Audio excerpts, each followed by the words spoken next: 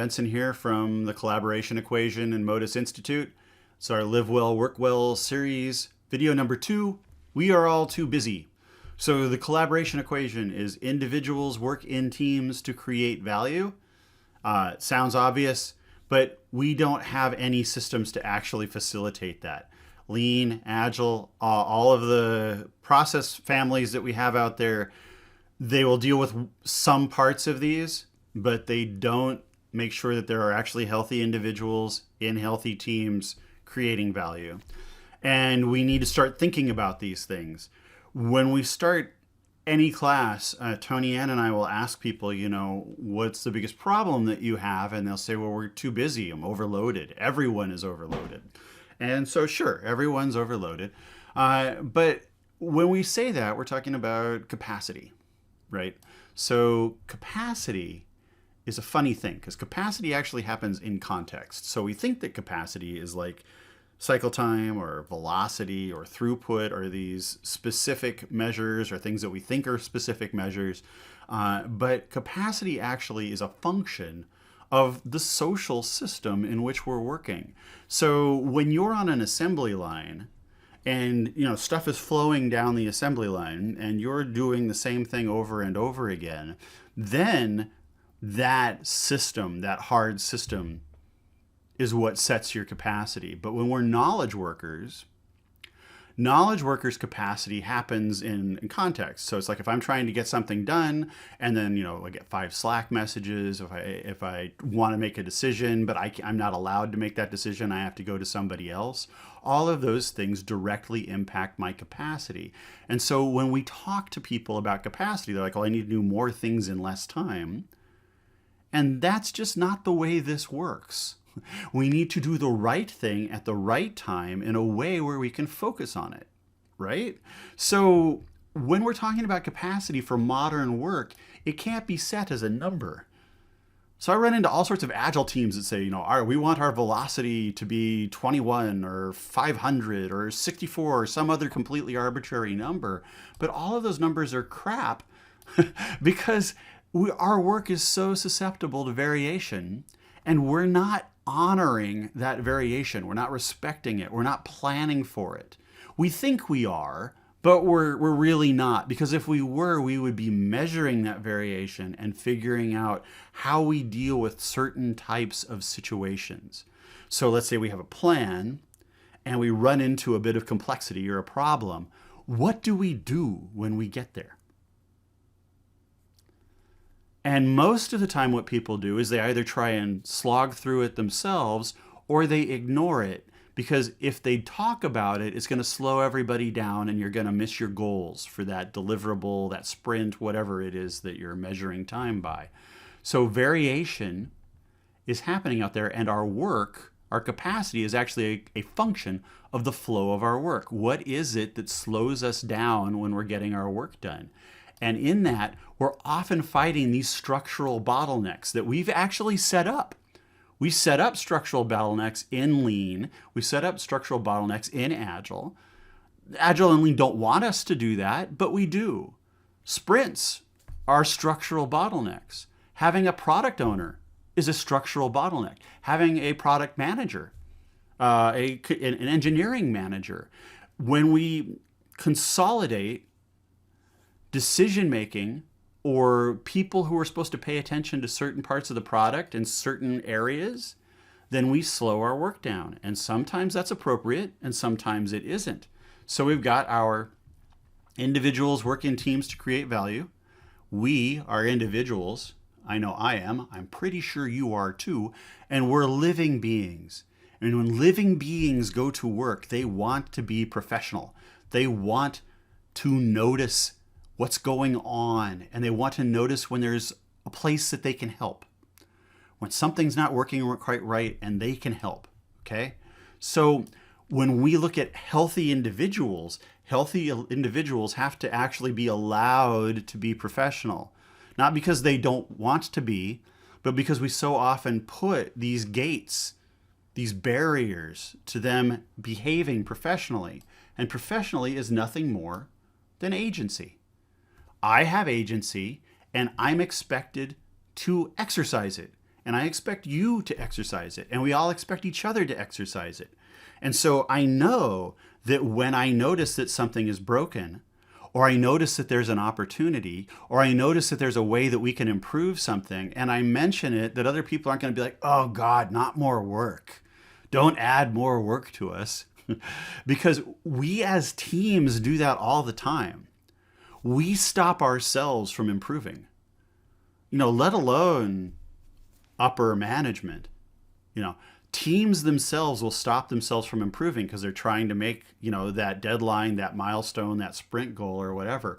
But we need to say as teams, when we're building our right environment, the environment in which we can be professionals, that we expect each other to exercise our agency. So we understand that when we talk about capacity, we're certainly talking about the amount of work.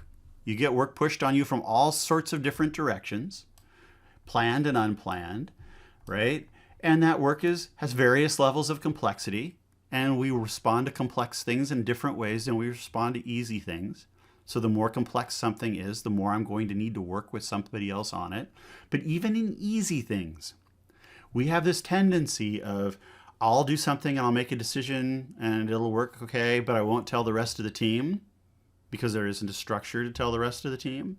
And then the next thing I know on Slack, somebody's asking me, hey, when you did this last week, how did you do it? And then I have to stop what I'm doing. Now it's an interruption.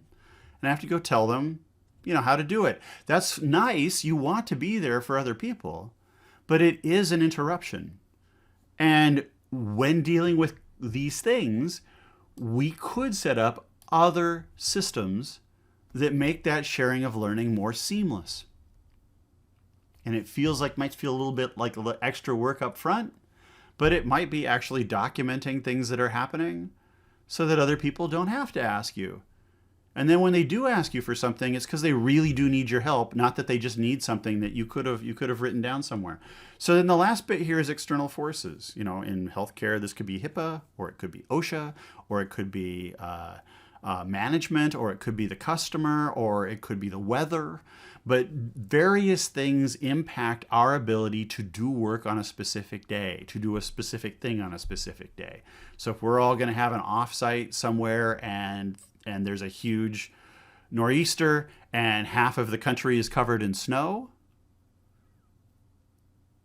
some people aren't going to make that. That's an external force. Got to plan for it, but it impacts our capacity on a daily basis. So individuals are working in teams, right? So teams process ideas into product. We no longer take this part of this thing and bolt it to this other part of this thing. That's the way things happened in the 20th century and the 19th century. We're beyond that. Even if we're in a modern manufacturing plant, every car that's rolling off the assembly line is different from the one that was before it. And we're constantly learning about how internally to better build cars. We are taking the idea of car and building it into a car, the idea of a piece of software, the idea of an insurance policy, and we're processing that into a product. And this is important because the team is the structure of that processing. We as individuals are individual processors. So we're like a chip in the computer, and we're noticing things and we're changing things and we're doing the work. But that work itself is meaningless and impossible unless we're plugged in to the actual machine of the team. Okay, so we are cog, a wonderful, individualistic, you have all of your own, personal awesome, but you are part of that processing unit. And so the team is out there, and the team goes out and the team gathers assumptions and needs. And needs are kind of like assumptions for people who are paying you, right? But you start every project with a set of assumptions, a set of things that you're supposed to deliver. And then when the team is professional, it does all of the things that we talked about in the previous video, right? So we plan, and we do, and we study, and we adjust. That's what a team does. So the team takes these things that the individuals are noticing, and the people notice this as we do them. So the team plans something, everybody goes off and does something, They start noticing, and then that's when we're studying and adjusting. Study, adjust. There we go. now it's a loop. So we notice things, we do that studying, and we adjust, right? And this is important because the team's capacity is a function of all those things that our individual capacities were, plus the ability to rapidly and honestly adapt to changes in the plan, in the environment, in the market, in the whims of the customer. So for years, working with Turner Construction, you would think that a company that was building a skyscraper would know what it was building before it started. But the actual built building changes constantly from the moment that the project starts to the very moment and even beyond that people enter the building, right? The finished building. All things are designed evolutionarily.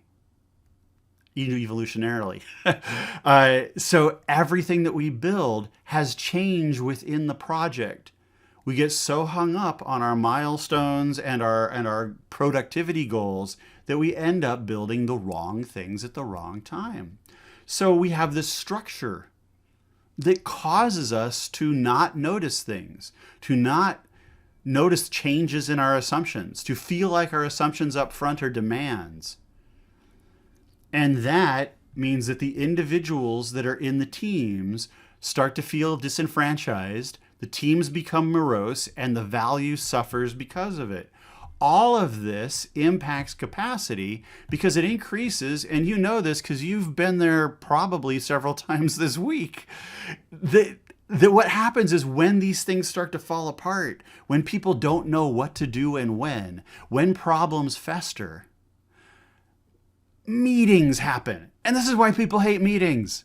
Because meetings end up being the places where we have to deal with the crap that we've created, literally created, because we were all too busy and we didn't understand what our capacity was. So in the end, we're doing all of this to create value for the thing that we're building, for the person we're building it for our culture, for our right environment, right?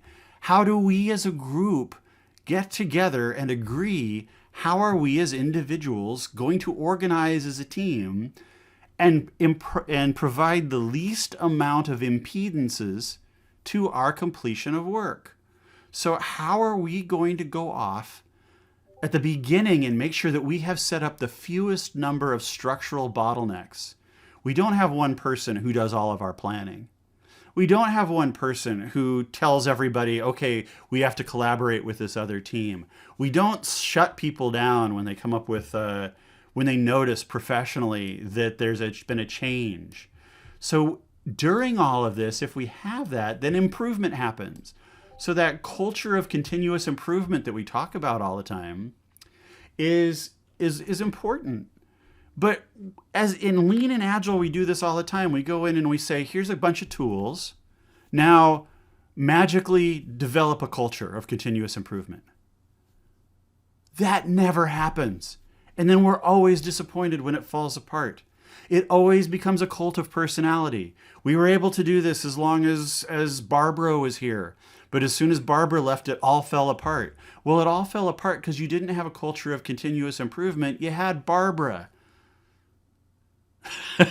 So if we want, as individuals, in our individual work, if we want to know what to do, we want to be able to limit our work in progress, we want to be able to visualize what we're doing, we want to help, we want to grow, then we have to know how we fit into that team and how that team relates to the work and the value that's being created.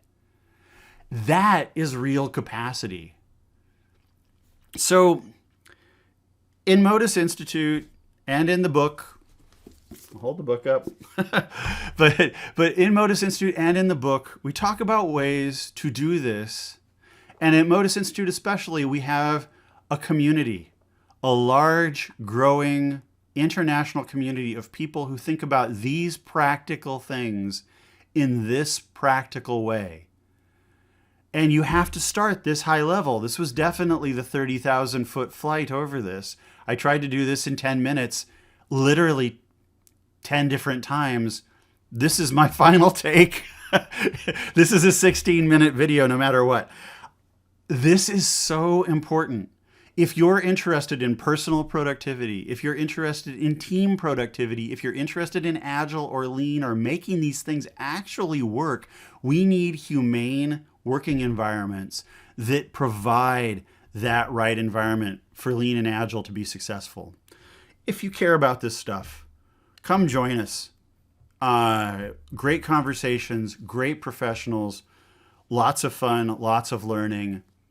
It's serious stuff and wonderful.